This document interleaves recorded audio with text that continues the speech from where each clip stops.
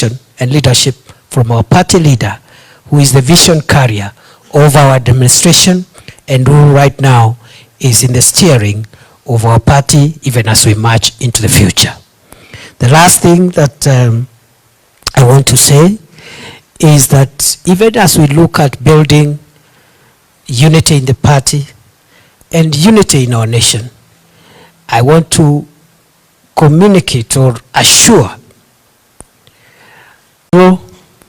distinguished members of the National Executive Committee of the UDA. It gives me pleasure today as I give thanks to the party and to the Almighty God for the privilege to chair, or rather to assist this party in serving as the deputy party leader. The last few weeks have been momentous as we went through the constitutional and judicial processes that have led to the change of guard in the office of the Deputy President of the Republic. And therefore, I must thank you as the party organ that is responsible for steering the day-to-day activities of the party. I must thank you for acting swiftly to make sure that our party does not experience any leadership gaps so that we move forward the same way the other constitutional process of the transition in the office of the Deputy President of the Republic has already been concluded to ensure that there is seamless service delivery to the people of Kenya and to the members of our party. Thank you very much. Number two, I want to say that I have been part of the journey this party has traveled since it was founded. I am a proud member of the UDA, and therefore my first responsibility is my responsibility as a loyal party member of UDA,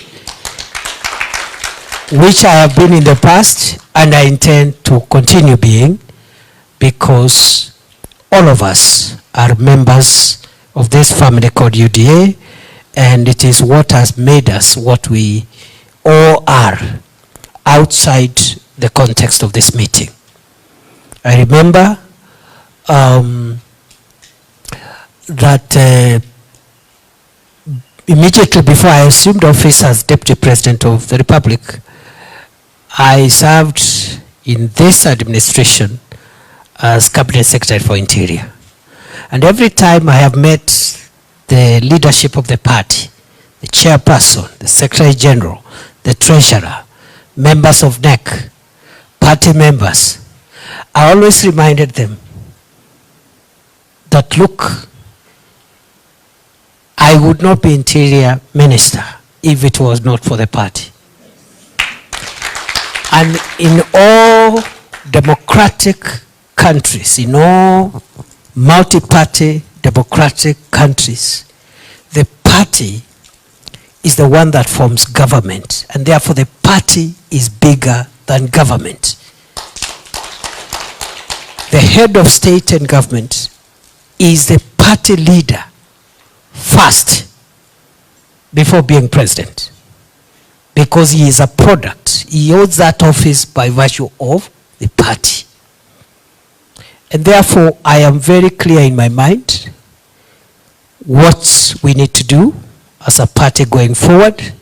Of course, the second role, which has been bestowed on you again with a lot of humility this morning, I accept, other than being a party member, to now serve as deputy party leader. In that role, I expect to assist our party leader as he steers our party, as he steers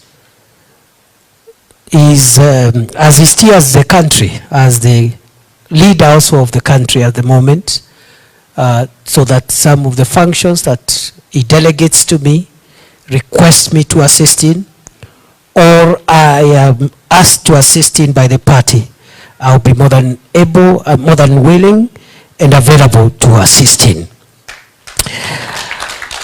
I am taking over this role in a very, very defining moment in the life of our nation.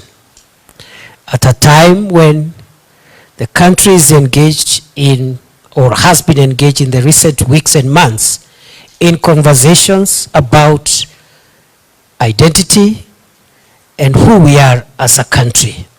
And there has been conversations around our nationhood and our identity as the people of Kenya. Having been a founder member of UDA, having served in different roles within the party, especially my role as chief agent of the president, our presidential candidate and the running mate during that time, I am aware that our party stands for the unity of our country. I am also privileged to have taken part in the drafting of our constitution and also the setting up of the various organs that are established in the party constitution. I have also been privileged to be part of the team that put together the manifesto of our party. And in all those things that I have cited, I am also very aware that our party stands for the unity of our country. And therefore, as this transition takes place, I want to assure you my unwavering loyalty to the ideals for which our party stands for. I will work with all the organs established under our party constitution for the good and for the better and optimal performance of our party as expected of us by the people of Kenya. I will lead a very consultative engagement, and of course we will all take direction and leadership from our party leader, who is the vision carrier of our administration and who right now is in the steering of our party even as we march into the future. The last thing that I want to say is that even as we look at building unity in the party and unity in our nation, I want to communicate or assure that a united country, the unity of Kenya, is not a threat to the segments that constitute Kenya. We need to understand that the unity of Kenya is not inimical. It doesn't work counter to the interests of the segments that constitute Kenya. What it does is to make the segments that constitute Kenya stronger and more viable. And therefore, I know there is a multiplicity of ideas, interests, aspirations, but those ideas of the various segments which constitute our party must converge so that we pursue the broader ideas that our party believes in, and that is how we will build a strong country, a united country, unify our people, create nationhood, and create the viability of our republic, because without our unity, our republic will not be viable. We will be doing small things all the time because of our thoughts, our interests, our values are not aggregated together. So I'm a firm believer of the unity of Kenya, the indivisibility of Kenya, the oneness of Kenya, and we start that by pursuing these ideals in our party, within our party, so that whatever views that party members have, sections of our parties, including persons with disabilities, young people, the older members of society, different religious, ethnic, or whatever other shades that we have, let us remember all the subnational interests must always converge and meet at the table of our country as a whole. So I wish you well, and I look forward to work with you, and I look forward to spending more time here. I have been coming here, of course, with the permission of the party leadership, but in a discreet manner, for two reasons. Why I've been coming here at least once every 2 weeks for an hour or so is because I was the Interior Minister, and I needed to know that this place is secure, because because the head of state is our party leader, and he uses this facility, isn't it? And therefore I needed to check from time to time that this facility is secure for the Commander-in-Chief. Number two, I used to come here because until now, and I'm still consulting with the chair and the SG and the other leaders of the party officials, that until now, I am the chief agent of the president until I hand over to the next chief agent. So I'll be advised by the party how we go about that. I am a custodian of very many instruments that relate to electoral aspects of our presidential candidate. And just like the IEBC, that office must continue, the chief agent's office must continue to exist until another one comes in for the next election cycle. So I used to come here as the chief agent of the president to make sure that the paperwork is still okay. Nobody has interfered with the files.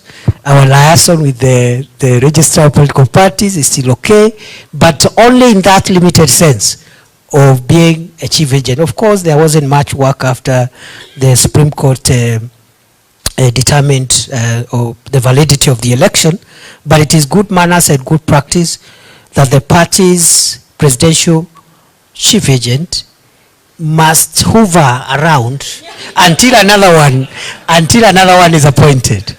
And going forward, we shall discuss that. So I've been asked just to give a short summary in Swahili for the sake of our members who are out there. Nataka nishukuru kwa sababu siku ya leo ni siku muhimu katika chama chetu cha UDA.